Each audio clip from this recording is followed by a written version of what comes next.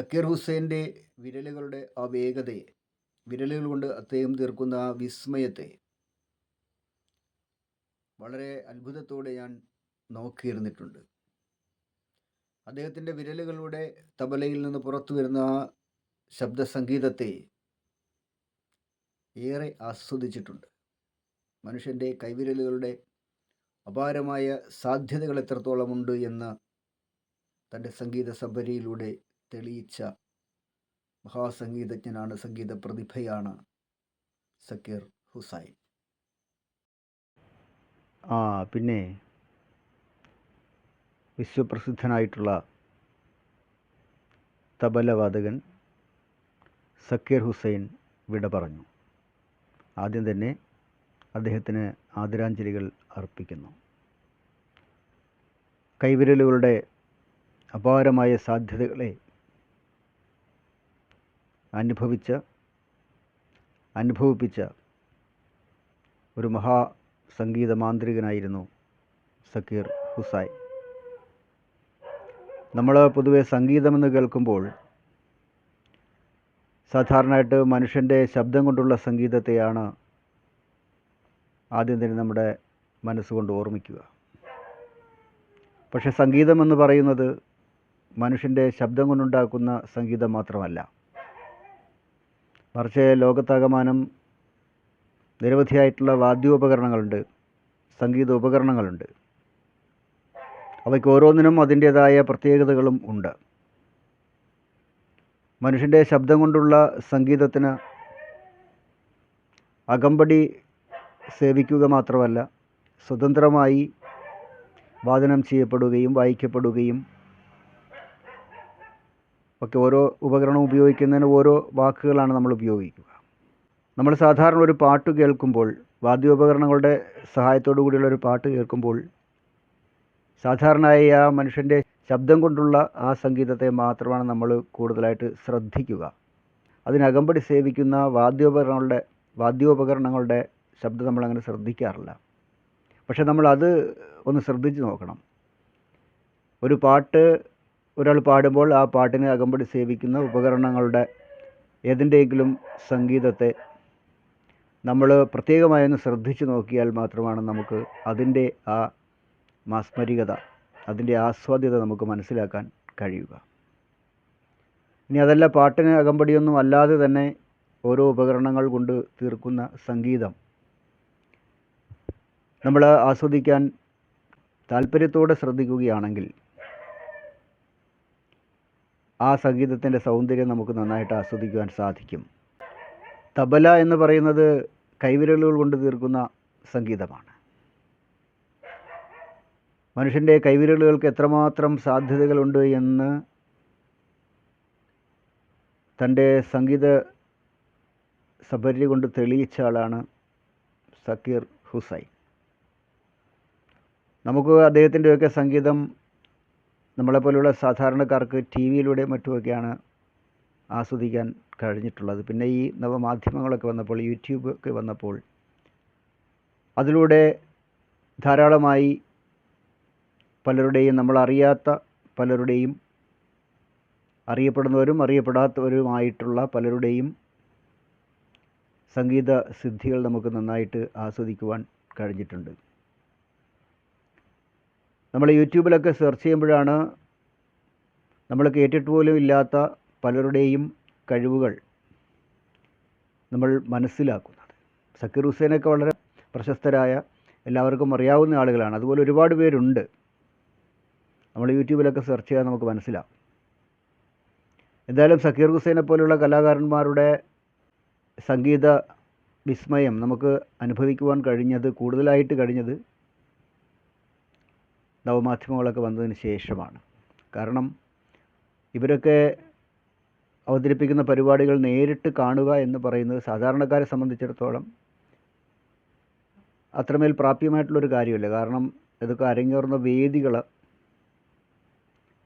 കുറച്ചൊക്കെ ധനാഢ്യരായിട്ടുള്ള ആളുകൾക്കൊക്കെ മാത്രം ചെന്ന് എത്തിപ്പെടാൻ കഴിയുന്ന, അല്ലെങ്കിൽ VIP ലെവലിലൊക്കെ ഉള്ള ആളുകൾക്ക് മാത്രം എത്തിപ്പെടാൻ കഴിയുന്ന മേഖലകളാണ്. സാധാരണഗതിയിൽ അവരെ പോലെയുള്ള ആളുകളുടെ പരിപാടികൾ നമ്മുടെ നാട്ടിൻപുറങ്ങളിലുള്ള ഉത്സവപ്പറമ്പുകളിലോ അല്ലെങ്കിൽ അതുപോലെയുള്ള ഏതെങ്കിലും വേദികളിലൊന്നും വരാറില്ല. അതുകൊണ്ട് തന്നെ നമുക്കത് കാണാനുള്ള അവസരങ്ങളില്ല എന്നുള്ളതാണ്. സാധാരണക്കാരന് ഇത്തരത്തിലുള്ള പ്രശസ്തരായ ആളുകളുടെ പരിപാടികളൊക്കെ ആസ്വദിക്കണമെങ്കിൽ അത് ഉത്സവപ്പറമ്പുകളിലോ അതുപോലെ നാട്ടിൻപുറങ്ങളിൽ നടക്കുന്ന ഏതെങ്കിലും സാംസ്കാരിക പരിപാടികളിലൊക്കെ അത് വന്നാൽ മാത്രമേ പറ്റൂ. പക്ഷേ ഈ സക്കീർ ഹുസൈനെ പോലെയൊക്കെയുള്ള, പിന്നെ സക്കീർ ഹുസൈൻ്റെ പിതാവ്, അങ്ങനെയൊക്കെയുള്ള ഒരുപാട് ആളുകളുണ്ട്. അപ്പം അത്തരത്തിലുള്ള ഒരുപാട് ആളുകൾ സാധാരണക്കാരിൽ നിന്ന് കുറച്ച് അകലം പാലിച്ച് നിൽക്കുമ്പോൾ തന്നെ അവർ ഏറെ പ്രശസ്തരുമാണ്. അതുപോലെ തന്നെ മറ്റ് വഴികളിലൂടെ ഈ ഇലക്ട്രോണിക്സ് മാധ്യമങ്ങളിലൂടെയൊക്കെ ജനങ്ങളെ അവർ ആസ്വദിപ്പിക്കുകയും ചെയ്യുന്നു. അവരെവിടെയെങ്കിലുമൊക്കെ അവതരിപ്പിക്കുന്ന പരിപാടികളുടെയൊക്കെ വീഡിയോ ഒക്കെയാണ് നമുക്ക് കാണാൻ വേണ്ടിയിട്ട് കിട്ടുന്നത്. അപ്പോൾ എന്തായാലും സക്കീർ ഹുസൈൻ്റെ തബലയിൽ തീർക്കുന്ന വിസ്മയങ്ങൾ നമ്മൾ യൂട്യൂബിലൊക്കെ സെർച്ച് ചെയ്താൽ ധാരാളമായിട്ട് ലഭിക്കും. അത് കേൾക്കാൻ മാത്രമല്ല, അദ്ദേഹത്തിൻ്റെ വിരലുകൾ ആ തബലയിൽ സൃഷ്ടിക്കുന്ന ആ മാന്ത്രികത, ആ വിസ്മയം, ആ വിരലുകളുടെ ചലനങ്ങൾ നമ്മളൊന്ന് ശ്രദ്ധിച്ചാൽ അതുതന്നെ ഏറെ ഹൃദ്യമാണ്. ഒരു മനുഷ്യൻ്റെ 2 കൈകളുടെ ഈ കൈവിരലുകൾക്ക് ഇത്രയധികം സിദ്ധിവിശേഷമുണ്ടോ എന്ന് നമ്മൾ അത്ഭുതപ്പെട്ടു പോകും. കാരണം സക്കീർ ഹുസൈൻ്റെ തബല വാദനം നമ്മൾ 1-2 വട്ടം നമ്മൾ കേട്ടു കഴിഞ്ഞാൽ ആ ഒരു സംഗീത ശാഖയോട് നമുക്ക് വല്ലാത്തൊരു അഭിനിവേശം തോന്നും. നമ്മളിൽ പലരും ഇതൊന്നും കാണാൻ അവസരമില്ലാത്തതുകൊണ്ടോ അല്ലെങ്കിൽ കാണാൻ ശ്രമിക്കാത്തതുകൊണ്ടുമാണ് പലതും നമുക്ക് നഷ്ടപ്പെട്ടു പോകുന്നത്. ഇപ്പോൾ തബലയിൽ മാത്രമല്ല, ഇപ്പോൾ വയലിനാണെങ്കിലും വീണയാണെങ്കിലും മൃദംഗമാണെങ്കിലും ഏതാണെങ്കിലും അതിനോടൊരു താല്പര്യം നമുക്ക് വന്നു കഴിഞ്ഞാൽ, നമ്മളിതുപോലെയുള്ള ആളുകളുടെ ആ സംഗീതമൊക്കെ ആസ്വദിച്ച് കഴിഞ്ഞാൽ നമുക്ക് കൂടെ അത് ഒന്ന് കാണണമെന്നും കേൾക്കണമെന്നും ഒക്കെ തോന്നിപ്പോകും. പണ്ട് കഥാപ്രസംഗങ്ങളിലൊക്കെ തബല വായിക്കുന്നവരെ നമ്മൾ കണ്ടിട്ടുണ്ട്. വളരെ കൗതുകത്തോടു കൂടി നമ്മളെല്ലാം അത് നോക്കി നിന്നിട്ടുണ്ട്. അതുപോലെ നാടകങ്ങളുടെ പിന്നാമ്പുറങ്ങളിലാണെങ്കിലും മുമ്പ് ഈ റെക്കോർഡിംഗ് വരുന്നതിന് മുമ്പ് ഈ തബലയുടെ മാന്ത്രികത നമ്മൾ ആസ്വദിച്ചിട്ടുള്ളതാണ് ആ ഒരു തലമുറ. പിന്നെ ഇപ്പോൾ വളരെ ജനപ്രിയമായിട്ടുള്ള സിനിമാ ഗാനങ്ങളിലാണെങ്കിലും മിക്കവാറും ഗാനങ്ങളിലൊക്കെ, ഇപ്പോഴത്തെ ഗാനങ്ങളിലൊക്കെ തബല എത്രമാത്രം ഉപയോഗിക്കുന്നുണ്ട് എന്ന് എനിക്ക് അത്രത്തോളം ഞാൻ ശ്രദ്ധിച്ചിട്ടില്ല. പക്ഷേ പഴയകാലത്തെ പാട്ടുകളിലെല്ലാം തന്നെ തബല ഒരു അവിഭാജ്യ ഘടകമാണ്. ഈ വോക്കൽ സംഗീതത്തിൻ്റെ മനുഷ്യൻ്റെ വായ കൊണ്ടുള്ള അല്ലെങ്കിൽ തൊണ്ട കൊണ്ടുള്ള ശബ്ദത്തിൻ്റെ ആ ഒരു സംഗീതമുണ്ടല്ലോ, മനുഷ്യ ശബ്ദത്തിൻ്റെ സംഗീതത്തിൻ്റെ ആ ഒരു ഇടവേളകളിൽ ഈ വാദ്യോപകരണങ്ങൾ ഒന്ന് കേട്ടാൽ തന്നെ നമുക്ക് അതിൻ്റെ ഒരു ഭംഗി നമുക്ക് മനസ്സിലാക്കാൻ പറ്റും. പിന്നെ എല്ലാ ഗാനങ്ങളും ഈ വാദ്യോപകരണങ്ങളുടെ സഹായത്തോടുകൂടി മാത്രം പാടിയാലേ അത് ഹൃദ്യമാകുമോ എന്ന് ചോദിച്ചാൽ അങ്ങനെ ഒരു അഭിപ്രായം എനിക്കില്ല. അതൊന്നും ഇല്ലാതെ മനുഷ്യൻ പാടിയാലും ചില പാട്ടുകളൊക്കെ നന്നായിട്ടിരിക്കും. പക്ഷെ അതിനെ നമ്മളൊന്ന് മേളത്തോടു കൂടി, മേള വാദ്യങ്ങളോടുകൂടി ഒന്ന് കൊഴുപ്പിച്ചെടുക്കുമ്പോൾ അതിനകത്ത് ഒരുപാട് സംഗീതോപകരണങ്ങൾ പ്രവർത്തിക്കുന്നുണ്ട്. അപ്പോൾ എന്തായാലും പലരും ഒരുപക്ഷേ ഈ പുതിയ തലമുറയിൽപ്പെട്ട ആളുകളൊക്കെ ഈ സക്കീർ ഹുസൈനെയൊക്കെ അറിയുന്നത് പോലും ഇങ്ങനെ ഒരാൾ മരിച്ചു എന്നൊക്കെ കേൾക്കുമ്പോഴാണ്. പിന്നെ കുറേ പേരൊക്കെ PSCക്ക് പഠിക്കുമ്പോഴാണ് ഇത്തരം ആളുകളെയൊക്കെ പറ്റി കേൾക്കുന്നത്. നിർഭാഗ്യകരമാണ്. അപ്പോൾ പുതിയ തലമുറയിലെ പിള്ളേരോടൊക്കെ എനിക്ക് പറയാനുള്ളത്, നിങ്ങൾ ഇങ്ങനെ ഒരാളുടെ ഒരു വിയോഗ വാർത്ത അറിയുമ്പോഴെങ്കിലും അവരാരാണ്, അവരുടെ കഴിവെന്താണ്, അവരുടെ ആ കലാരൂപം അവരവതരിപ്പിക്കുന്നത് എങ്ങനെയാണെന്നൊക്കെ ഒന്ന് കയറി നോക്കണം. അത് നിങ്ങൾക്കൊരു പക്ഷേ ഇതുവരെ ഇല്ലാത്തൊരു അനുഭവം നിങ്ങൾക്കത് പ്രദാനം ചെയ്യും. ഇപ്പോൾ അത് എളുപ്പമാണ്. കാരണം യൂട്യൂബിൽ നോക്കുമ്പോൾ ഇപ്പോൾ ഞാൻ തന്നെ സെർച്ച് ചെയ്യുമ്പോൾ എത്രയോ പരിപാടികൾ സക്കീർ ഹുസൈൻ്റേതായിട്ട് ഉണ്ട്. അപ്പോൾ അതൊക്കെ ഒന്ന് ആസ്വദിക്കാൻ ശ്രമിക്കുക. അതൊക്കെ നമ്മുടെ മനസ്സിനെ, സംഘർഷഭരിതമായിട്ടുള്ള മനുഷ്യൻ്റെ മനസ്സിനെ വളരെ നിർമ്മലമാകുവാൻ, അല്ലെങ്കിൽ മനസ്സിന് നല്ല ആശ്വാസം ലഭിക്കുവാൻ ഈ സംഗീത ഉപകരണങ്ങളൊക്കെ തന്നെ സഹായിക്കും. എന്തായാലും ലോകത്ത് ആകെ തന്നെ പ്രശസ്തനായിട്ടുള്ള നമ്മുടെ അഭിമാനമായിട്ടുള്ള സക്കീർ ഹുസൈൻ്റെ ദേഹവിയോഗത്തിൽ ഒരിക്കൽ കൂടി ആദരാഞ്ജലികൾ അർപ്പിക്കുന്നു. ഇനി ഏതാനും ദിവസങ്ങൾ തീർച്ചയായിട്ടും അദ്ദേഹത്തിൻ്റെ തബലവാദനത്തിൻ്റെ വീഡിയോകളായിരിക്കും ഞാൻ കൂടുതലായിട്ട് ഈ സെൽഫോണിലൂടെ കാണാൻ ശ്രമിക്കുന്നത്.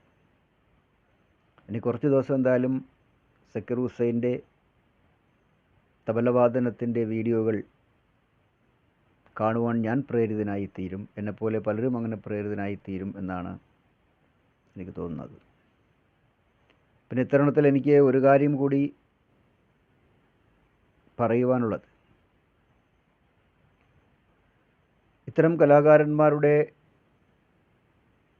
പരിപാടികൾ ആസ്വദിക്കുവാൻ ഇന്ന് സാധാരണക്കാരായിട്ടുള്ള ആളുകൾക്ക് അവസരങ്ങൾ വളരെ കുറവാണ്. അപ്പോൾ അതിനുള്ള അവസരങ്ങൾ ഉണ്ടാകണം. അപ്പോൾ ഇതൊക്കെ നാട്ടിൻപുറങ്ങളിലൊക്കെ വന്നു കഴിഞ്ഞാൽ എത്രത്തോളം ആളുകളുടെ സ്വീകാര്യത അതിനുണ്ടാകും എന്ന് ചോദിച്ചു കഴിഞ്ഞാൽ അതിനോടൊക്കെ താല്പര്യമുള്ള ധാരാളം ആളുകളുണ്ട് എന്ന്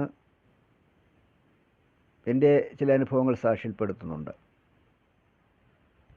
ഒരിക്കൽ ഞാൻ തിരുവനന്തപുരത്ത് ഗവൺമെൻറ് ആർട്സ് കോളേജിൽ പഠിക്കുന്ന സമയത്ത് അവിടെ ഉസ്താദ് ബിസ്മില്ല ഖാൻ വന്നിരുന്നു. അദ്ദേഹത്തിൻ്റെ മകൻ ഒരു തബലിസ്റ്റാണെന്നാണ് എൻ്റെ ഓർമ്മ.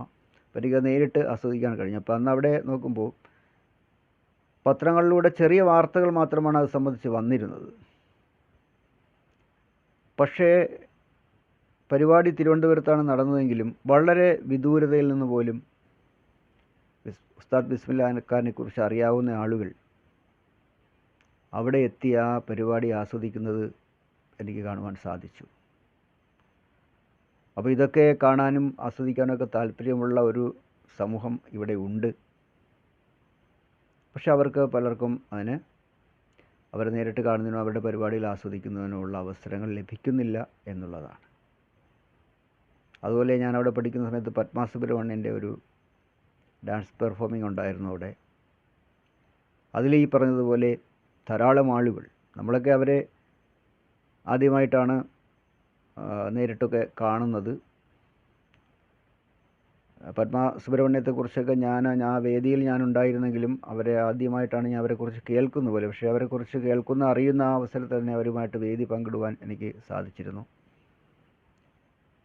അപ്പോഴും ഈ പറഞ്ഞതുപോലെ ഒരുപാട് ആളുകൾ, വളരെ ദൂരെയൊക്കെയുള്ള ആളുകൾ ഇത് കേട്ടറിഞ്ഞ്, അന്നൊക്കെ പത്രത്തിലൂടെ വരുന്ന വാർത്തകൾ മാത്രമായിരുന്നു ഈ വിവരങ്ങളൊക്കെ അറിയാനുള്ള ഒരു ഉപാധി എന്ന് പറയുന്നത്. എന്നിട്ട് പോലും അവിടെ ധാരാളം ആളുകൾ വന്നിരുന്നു എന്നുള്ളതാണ്. തിരുവനന്തപുരത്ത് അതുപോലെ ഒരുപാട് പരിപാടികളിൽ ഞാൻ പോകുമ്പോൾ ശ്രദ്ധിച്ചിട്ടുണ്ട്. പരിപാടി നഗരത്തിലാണ് നടക്കുന്നതെങ്കിലും വളരെ ദൂരെയുള്ള ആളുകൾ പോലും ഈ സക്കീർ ഹുസൈനെ പോലെയൊക്കെ ഉള്ള ആളുകളുടെ പരിപാടികൾ വരുമ്പോൾ അത് കാണാനും അവരെ നേരിട്ട് കാണുവാനും അവരുടെ പരിപാടി ആസ്വദിക്കാനും ഒക്കെ തന്നെ വരുന്നുണ്ട്. അങ്ങനെയുള്ള ഒരു എന്താ പറയുക, ആസ്വാദകരുടെ, കലാസ്നേഹികളുടെ ഒരു സമൂഹം, കലോപാസകരുടെ ഒരു സമൂഹം നമ്മുടെ നാട്ടിലുണ്ട്, ലോകത്താകെ തന്നെ ഉണ്ട്. അതുകൊണ്ടാണ് ഇവർക്കൊക്കെ അത്രയധികം പ്രശസ്തിയിലേക്ക് ഉയരുവാനൊക്കെ കഴിയുന്നത്.